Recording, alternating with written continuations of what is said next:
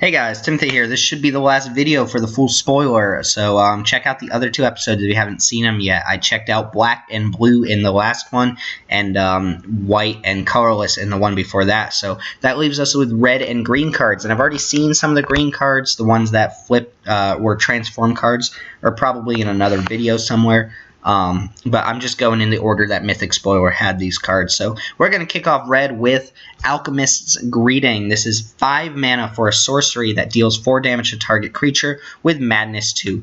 Good Madness card. Reminds me of Boulder Salvo from Oath of the Gatewatch. It was 5 mana sorcery that dealt 4 to a creature, just like this, and it had a surge cost of 2.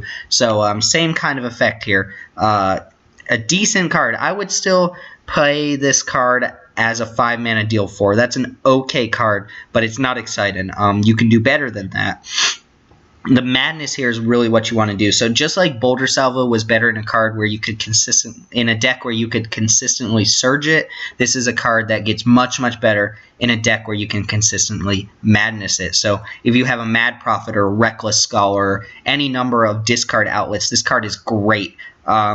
And unlike Boulder Salvo, you can actually turn this into an instant speed card with the Madness. So this is very strong.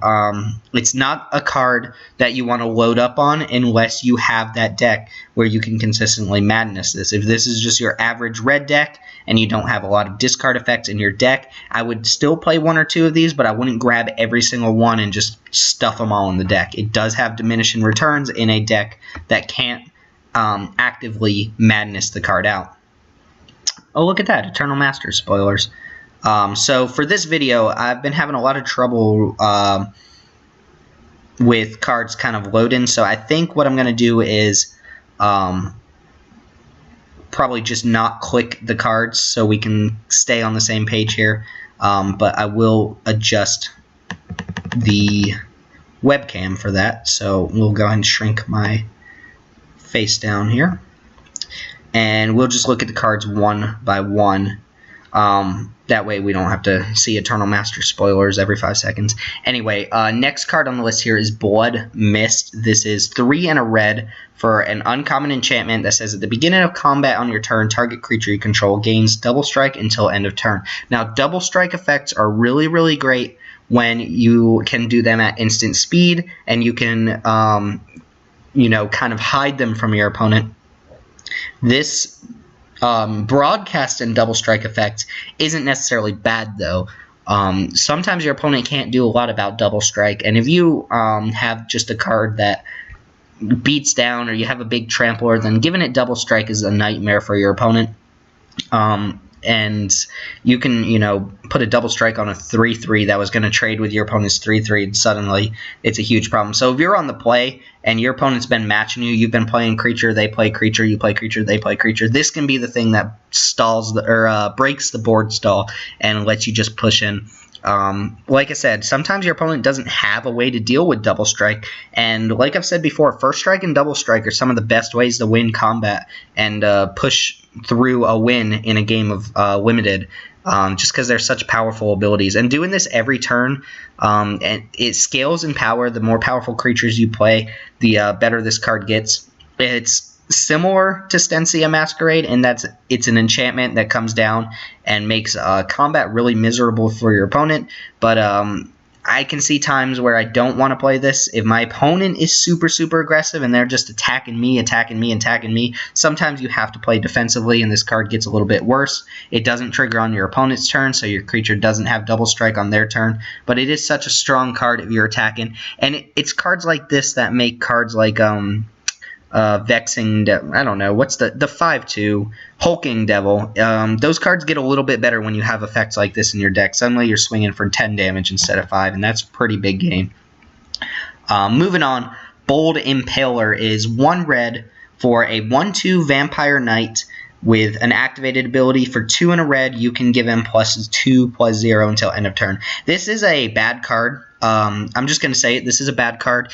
It's pretty much a functional reprint of Lava Step Raider from Battle for Zendikar, and that's a terrible card. It just gets outclassed so quickly, and that's a lot of mana for +2/+0. So you're essentially playing 4 mana for 3 damage, which isn't great.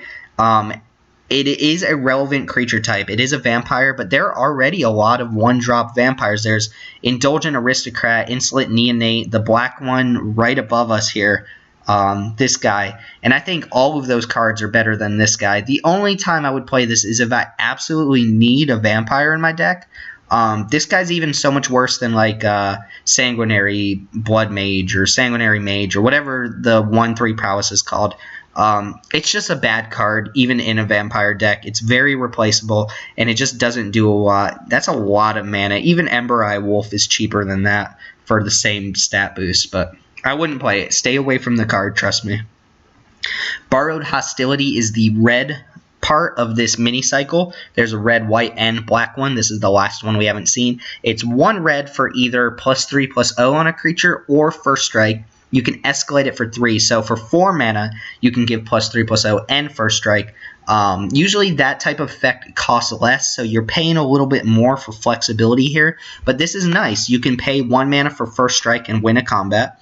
Or you can pay 1 mana to essentially bolt your opponent for +3/+0. And if you have to, in some circumstances, you'll pay 4 mana and, win a combat anyway. So this scales in power. It, dare say it, escalates in power depending on what the situation is, but it's a nice little pickup for red. It has 2 flexible abilities that red could use very, very well, and combine them together, you get a decent combat trick. It's overcosted for its escalate cost, but it is still a decent card. Brazen Wolves. This is a 3 mana, 2/3 wolf. At common, when it attacks, it gets +2/+0 until end of turn. That is a solid, very strong red common. Essentially a 3 mana 4/3 because you're going to be attacking with this card. You're not going to block with it that often, but 3 mana 4/3 is great. And yeah, it doesn't get the stat boost on blocks, but even worst case scenario, it's a 2/3 for 3, and those cards are always solid, especially in a world full of 3/2s and other 2/3s. So this is a great attacker. If I knew I wanted to play Wolves and I knew I wanted to attack a lot or be an aggressive red deck, I would be looking to pick these guys up very highly.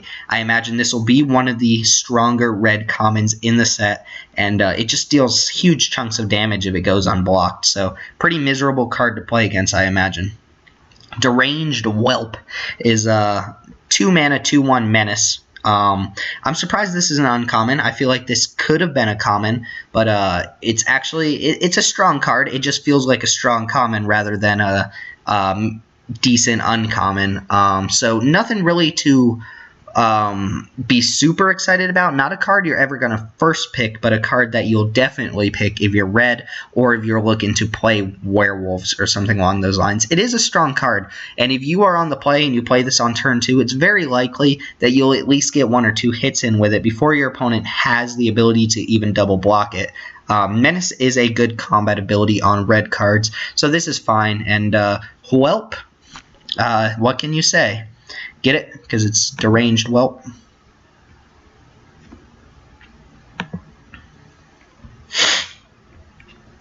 Sorry about that. Having a lot of trouble with the scrolling here. I might just want to use the bars instead. I don't know. What do you think? Is it annoying? It's probably annoying. Moving on. Distemper of the Blood is 1 in a red for a sorcery. Target creature gets +2/+2 and gains trample until end of turn. The madness is red. We've seen cards like this before in the last couple sets. Rush of Adrenaline is 1 red for +2/+1, and Trample, Tread Upon from Dragons Tarkir was +2/+2 and Trample for 2 mana. The thing that really turns me off here is it's a sorcery.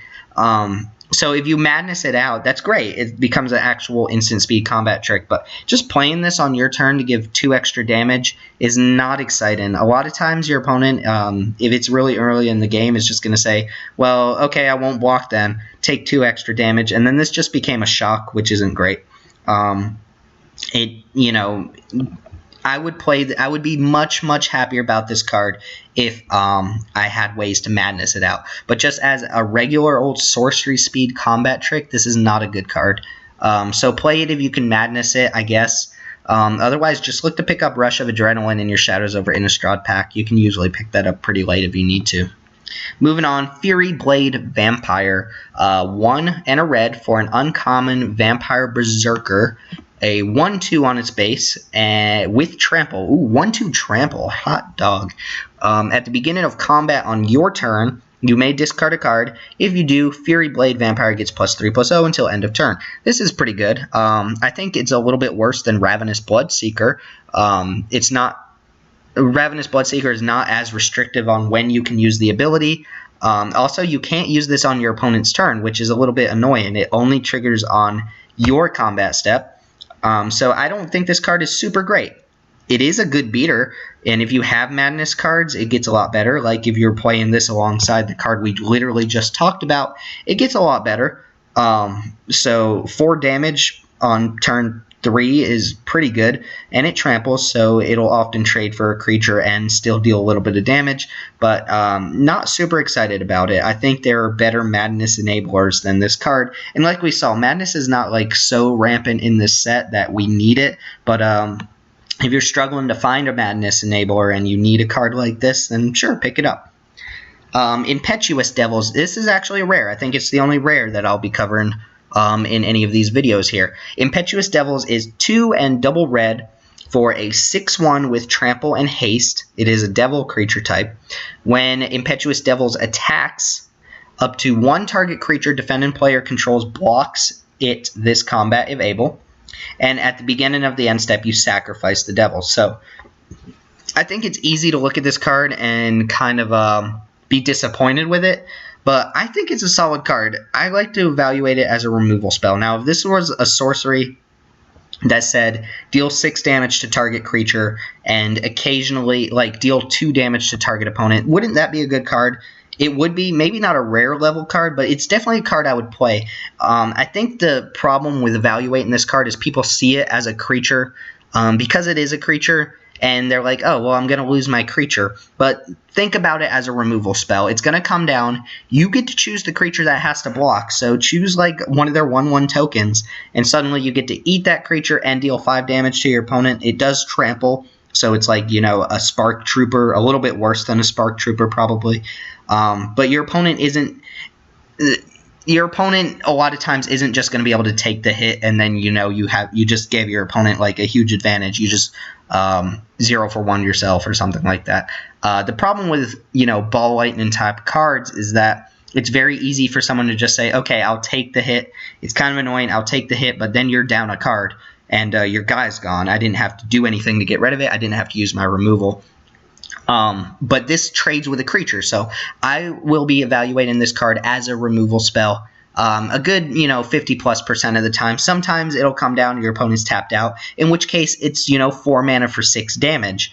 It does have 1 toughness, though, so it's very, very easy to kill outside of combat with any number of instant speed tricks, but it is, I think it's a solid card, and if you're playing red, you're trying to push in damage, you could do a lot worse than something like that.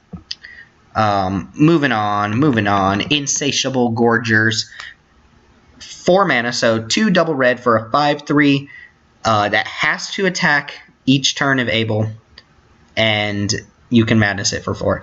That is my least favorite line of text on any Magic card. Something that has to attack. This is a big beater. Usually this mana cost indicates a 4/3, but they upped its power by 1 to mitigate that downside, and that is a huge downside. Yes, you want to be attacking with this anyway, but cards like that, there's some situations where it's just so bad that your creature has to attack. What I do like about this is that it is encouraging you to madness it at instant speed. The thing is, like, your opponent may not see you have this big thing, and then they tap out, and if you can madness this out at the end of their turn or something like that, you get this free 5 damage in. Also, I guess if you have to attack with this and your opponent does end up killing it, it is going to trade for at least 1 or 2 things. 5 power is a lot. So I think uncommon is okay for this. I hate creatures that have to attack, though.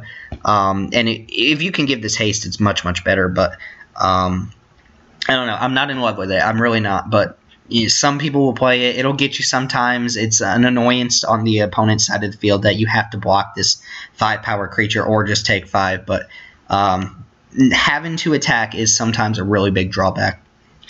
Otherworldly Outburst is 1 red for an instant that says target creature gets +1/+0 until end of turn. When that creature dies this turn, put a 3/2 colorless Eldrazi horror token onto the battlefield. So this is a really weak effect that could potentially be a good 2-for-1. The super ideal situation here is that you use it on a creature that wasn't going to win a combat and suddenly it trades, and then you're left with this 3/2 token. You can use this on, a permanent or a creature that your opponent's going to control, that your opponent controls that's about to die, and then get advantage off of that.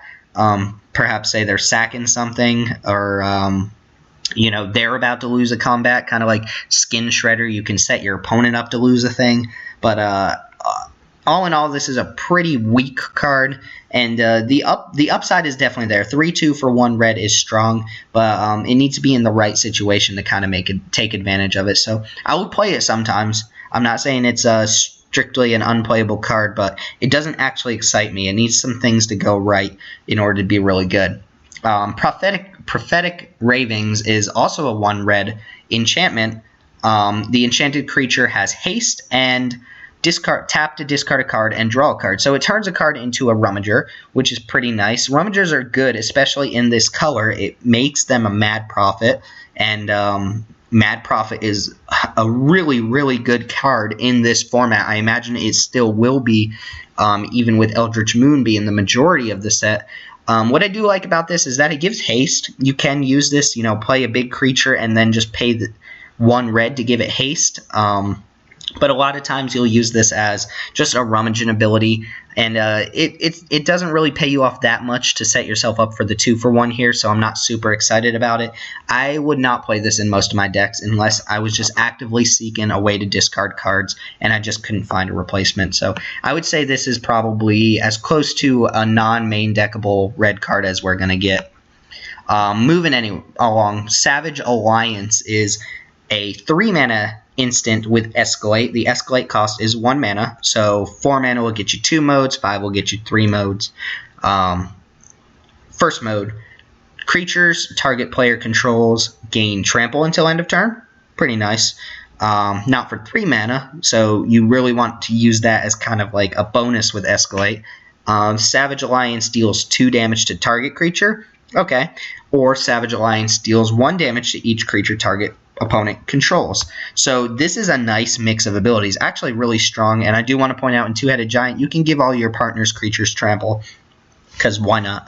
But this is a nice mix of abilities, because when you're calculating combat damage, you only have to deal enough damage to a creature to be able to kill it. So if it already has damage on it, you only have to make up the difference between its toughness and how much damage is already on it, and then the rest tramples through. So if you deal 1 damage to each creature your opponent controls, that's essentially 1 less damage you have to assign to it in order to kill it, meaning you get to trample over for more.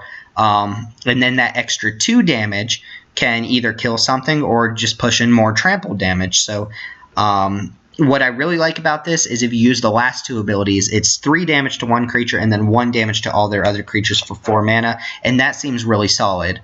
You don't even have to use this for the trample ability unless you're getting an advantage off of that, but I think this is a really, really solid card. If you are attacking a lot and you're red, this is a card you definitely want to pick up, and you definitely want to get your value off of it. This card is actually quite, poor for 3 mana on any of the modes, but when you get to 4 mana, and if you ever get to really take advantage of 5, this becomes a fantastic card. So I'm really liking it. I think it's very strong. Moving right along.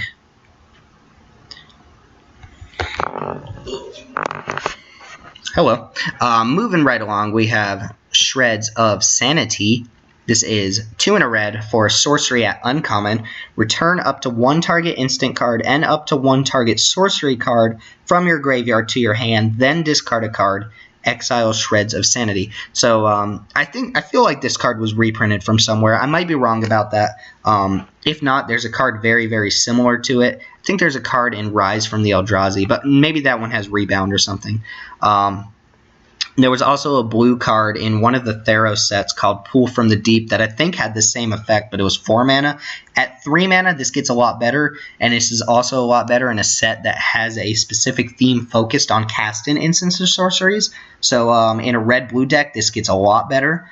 But other than that, I can see myself not playing it. What I really, really like this card with is the blue and the red card, Galvanic Bombardment and take Inventory, I believe, the blue one, where you just pile up on those and then you can get them back from your graveyard and really take advantage of them. That's like an ideal draft. Everything has to be going great. You have to have multiple copies, plus this thing, plus the payoff to be playing those cards in the first place. So a lot of times you won't even play this. A lot of times I won't play this in my deck. If I have like 4 or 5 sorceries, I'm not going to play this really, but if I am really loaded up, I'm trying to play like a Rise for the Tides deck or something like that, then I'm a lot more excited about it, and I'll definitely play it. It is a sorcery, so it's a little slow. I wouldn't expect to be casting this plus another spell on the same turn, but it is a possibility.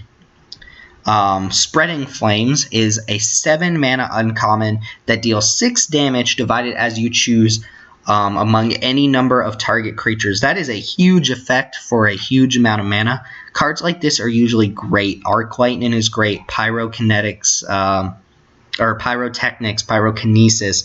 Any effect where you can take a chunk of damage and divide it up is great. Where you don't want to be using this is 7 mana to kill one thing. But that is enough damage to kill a lot of these Eldrazi too, a lot of these big emerge creatures, or flipped werewolves.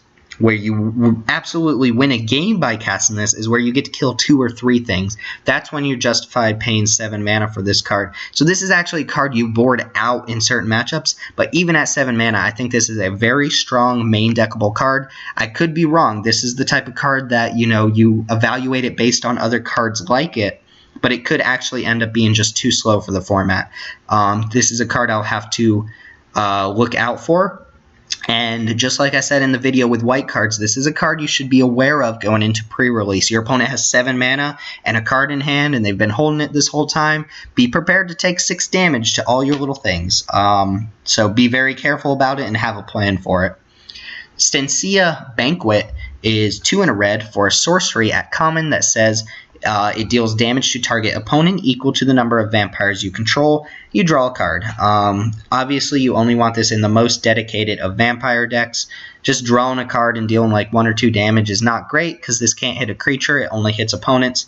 If this hit each opponent, I'd be more excited about it in Sealed for 2-headed giant. But as is, it's kind of, I imagine it's hard to put together a really solid like vampire deck in Sealed unless you just open some ridiculous card. But there are a lot of vampires in red, and this does replace itself, so you could do worse in a vampire-based deck. But at 3 mana, I would rather be casting something like Stensia Masquerade or just another solid vampire. Decent card, much better in draft than it will be in Sealed. I'm willing to bet. A card you'll probably actively look for in draft, kind of like Moonlight Hunt, fits into a tribal theme only, and pretty bad anywhere else.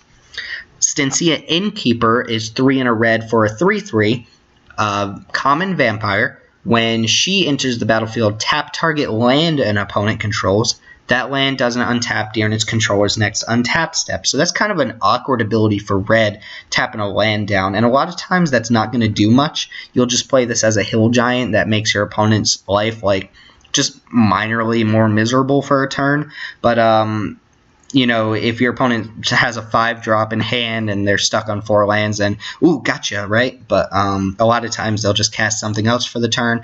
This makes your opponent hold back on a big play for the turn, basically. Or if they have like a splash color or something, it cuts them off that color for a turn. This isn't impressive, not at all. It doesn't really meld with any other card. Sorry, I shouldn't use the word meld. It doesn't synergize with other vampires very well, other than just being a vampire. It doesn't do anything for madness, doesn't have madness itself. So if this had madness, I'd be pretty excited about it. You could drop it on your opponent's upkeep and lock a land down. But as is, it's just a solid like curve filler type card. Another hill giant. We've seen a couple in each color, so you'll play it sometimes, but you won't want a lot of them. Thermo Alchemist, that's a hyphenated word, by the way. That is a Thermo Alchemist. 1 in a red for a 0/3 defender, human shaman, so humans in every color, remember. Tap to deal 1 damage to each opponent, two-headed giant, each opponent, that's the key word.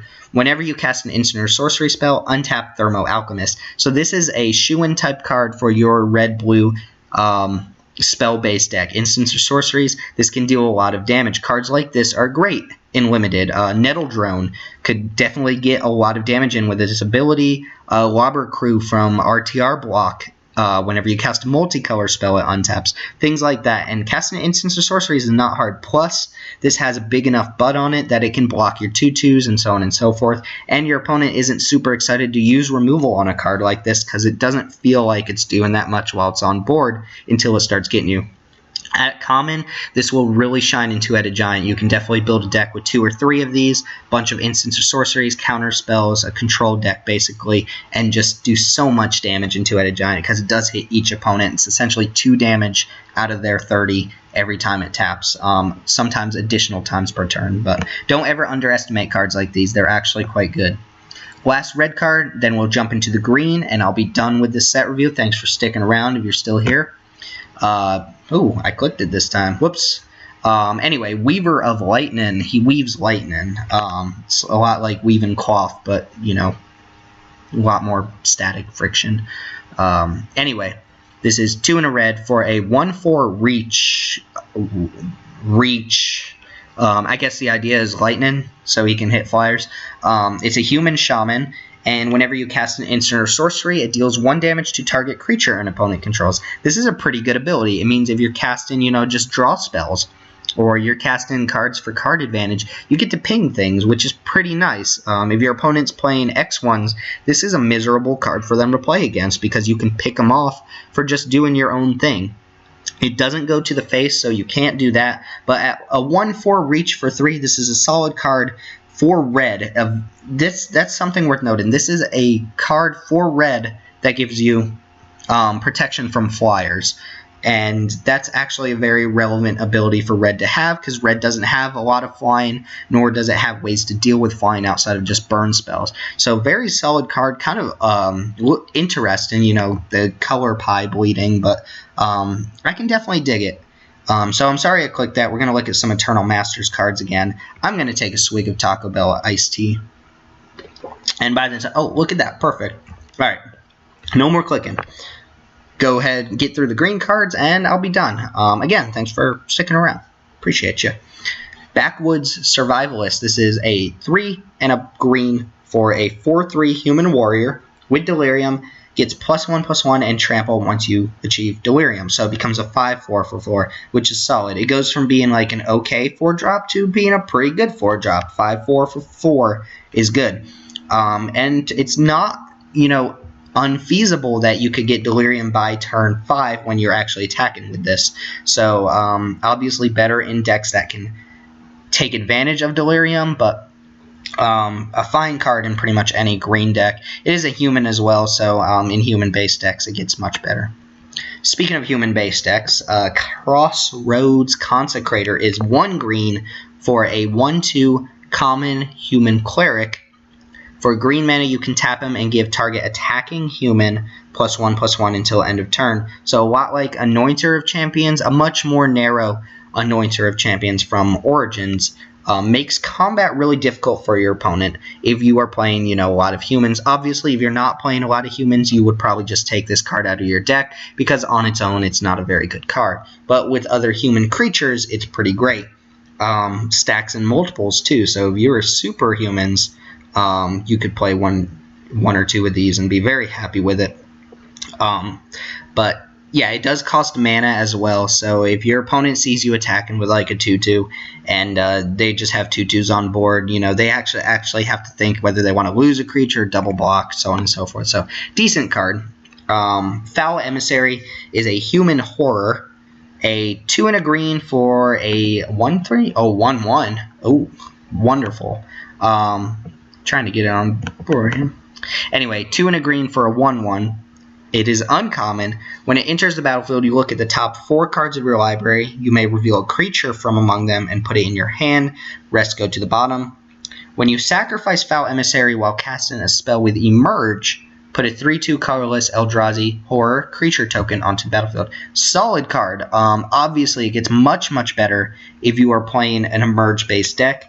I could see playing at least one of these in just a regular green deck, since it does kind of cantrip into another creature, and looking at 4 cards is often enough that you'll find another creature. But this is a very, very good card for Emerge-based decks, or even if you just have, you know, 1 or 2 Emerge cards floating around, because it replaces itself with a 3/2 while also taking 3 mana off of the Emerge cost of your creature. And remember, I kept saying the sweet spot for Emerge creatures is 3 mana cards, because you're usually okay sacrificing something like that to get a really powerful creature on board. And if you get a 3/2 out of this and you cast an Emerge card, it probably feels like you didn't sacrifice anything at all. So this is a very, very solid card.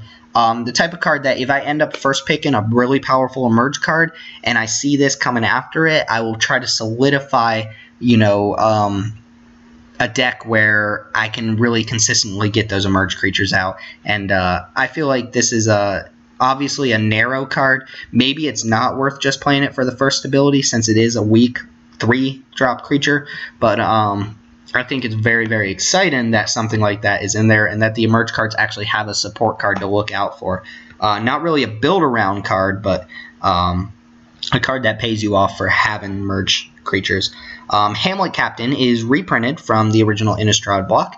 It is 1 in a green for a 2/2 human warrior. Whenever it attacks or blocks, other humans you control get +1/+1 until end of turn. Very, very solid ability. Great in multiples. It has to attack or block itself, so a lot of times you'll trade this off to be able to push in a lot of extra damage with your other creatures. This is also a great target for equipment and auras, since it makes this creature kind of the big threat that your opponent sometimes won't be able to deal with, while also spreading out a lot of extra damage to your opponent. And notice that you get the ability, as soon as this thing attacks, your other humans are just bigger. So they don't have to like block it or anything to make that ability trigger. It's just a very, very solid card, and the type of card that if you see it coming late in the pack, it is a very, very clear signal that humans is open as a strategy. So be careful, or don't be careful, be noticeable. What's the word I'm looking for? Just take notice of the fact that if you see that thing late, there's a strategy open that you could be moving into. Moving on, Primal Druid is a 2-mana 0/3 human druid. When it dies, you may search your library for a basic land card, put it on the battlefield tab, and shuffle your library. I think this is a solid card. Some decks don't need this. Just playing this in like a green deck for the heck of it is like a little bit of value, but a 0/3 is not impressive unless you're using the human for some reason. So like I mentioned, there's not a lot of mana fixing in this set at all. This is one of the only 2 cards I've seen in the entire set that even fixes your mana remotely, and it has to die in order to do that. So gets better with sacrifice effects. Other than that, I can't really say much about it.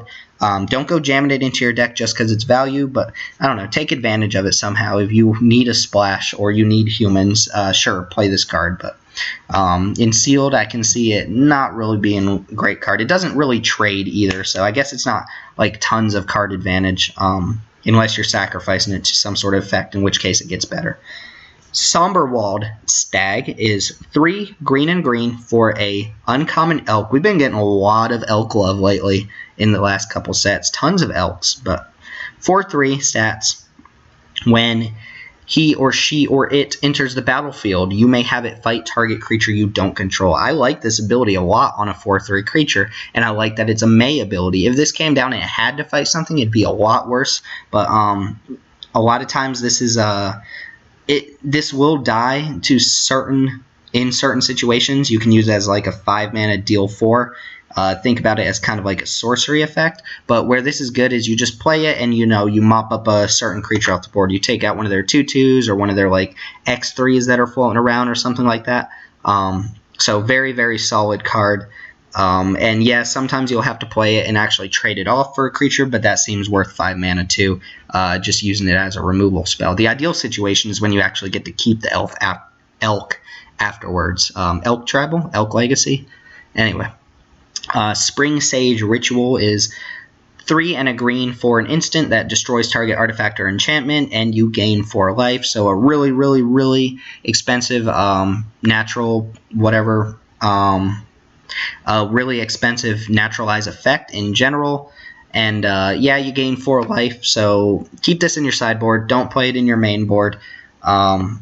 And, you know, in worst case scenario, you can always hit your own, like, artifact or enchantment to gain 4 life if you really, really need to. But keep it in your sideboard. Just like I said for that sorcery speed white card in the first video, it's not worth main deck, and there's no reason to main deck it. But there are good enchantments and artifacts and equipment running around that you will actually want something like this in your sideboard just in case. Almost wrapping up here. Got a couple more cards. Swift Spinner is 4 mana for a 2/3 flash reach spider. There's a spider payoff card at Mythic. That's not really why you're playing this. I guess this goes up in value if you have that. But this is just a solid card. It gets them with a flyer.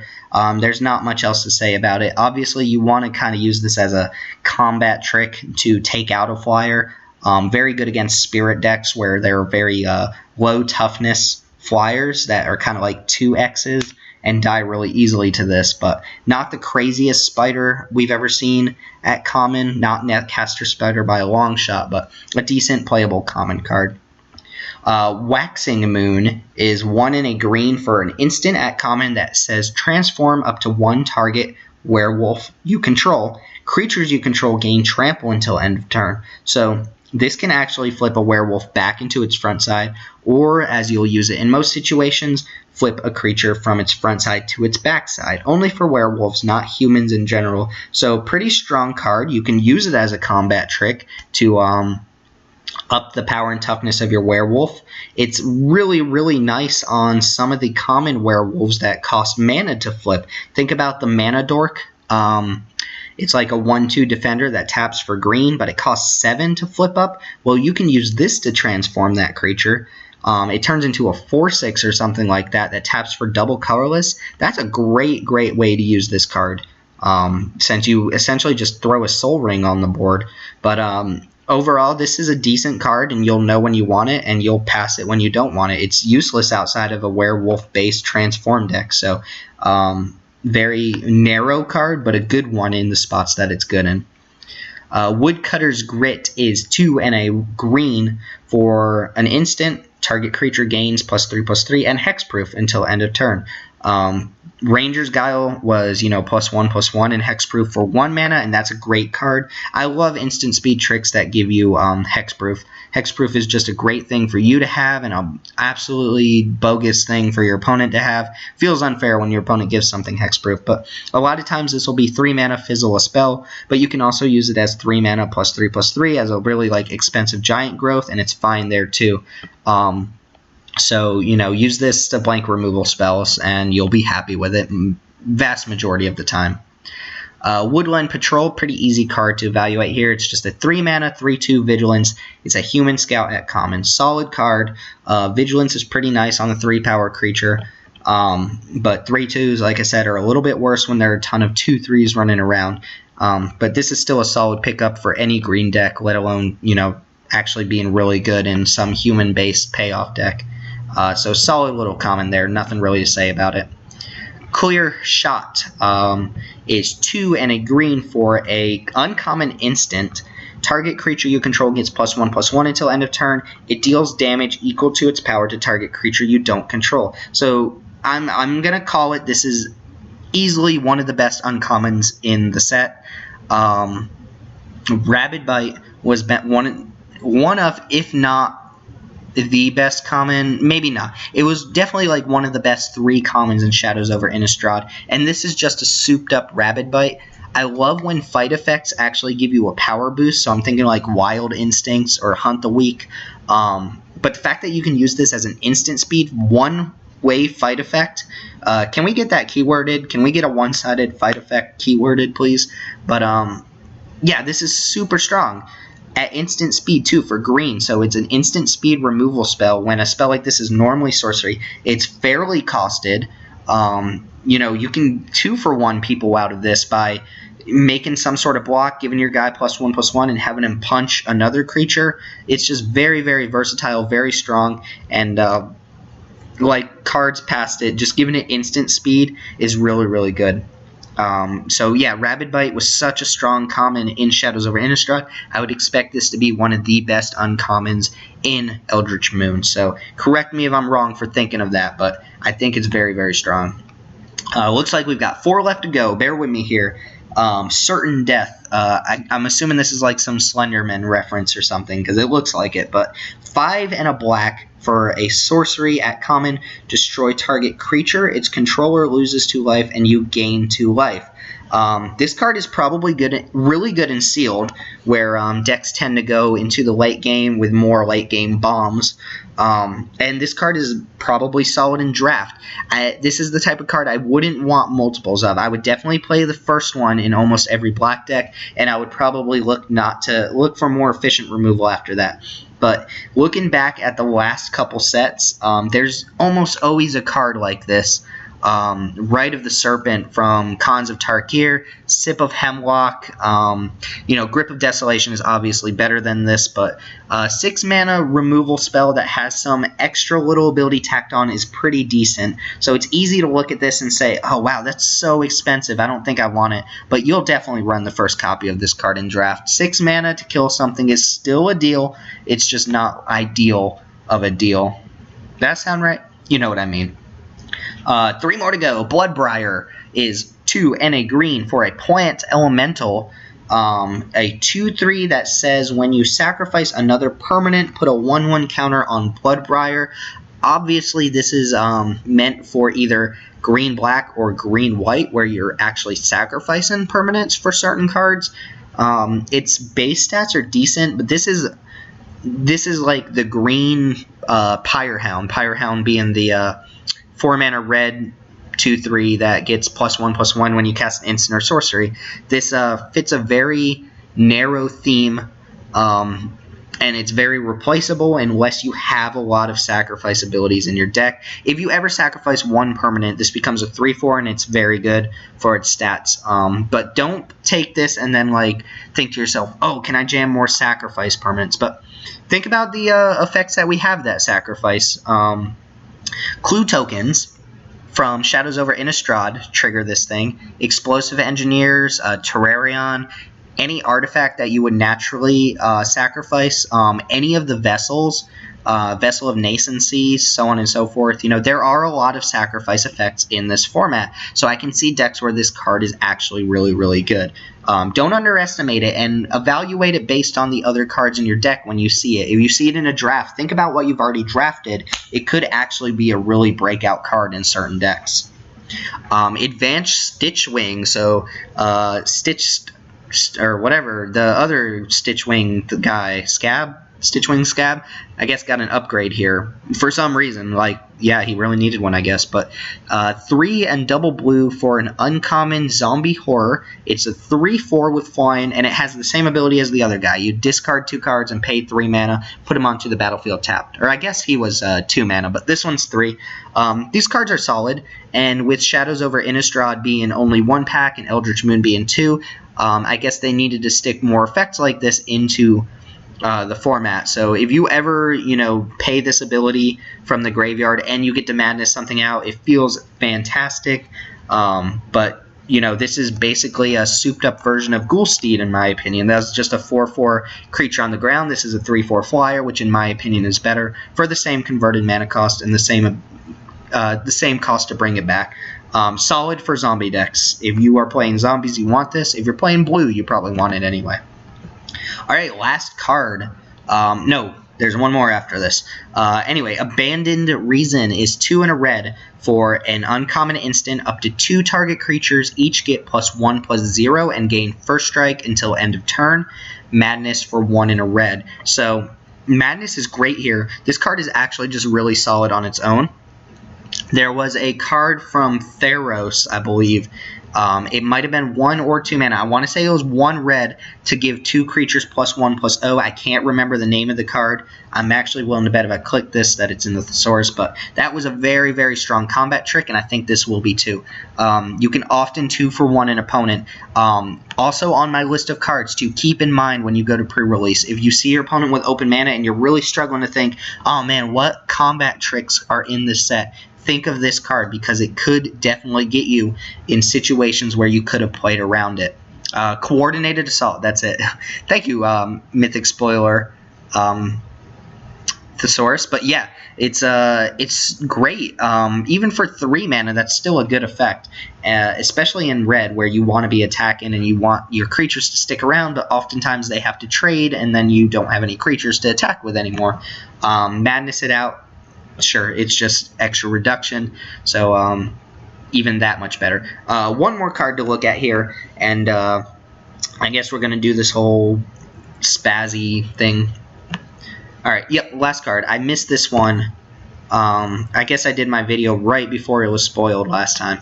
But this is Lunar Force. I guess that's the English name. It was something completely different before, but 2 and a blue for an uncommon enchantment that says when an opponent casts a spell, sacrifice a Lunar Force and counter that spell. So keep in mind, sacrifice a permanent, right? Briar Blood, Blood Briar.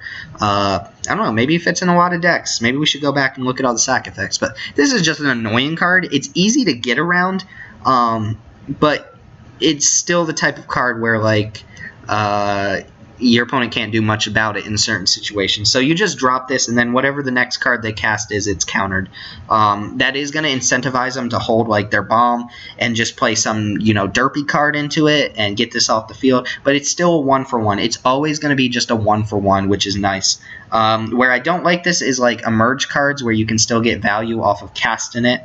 But a lot of times your opponent won't run an emerge card into this.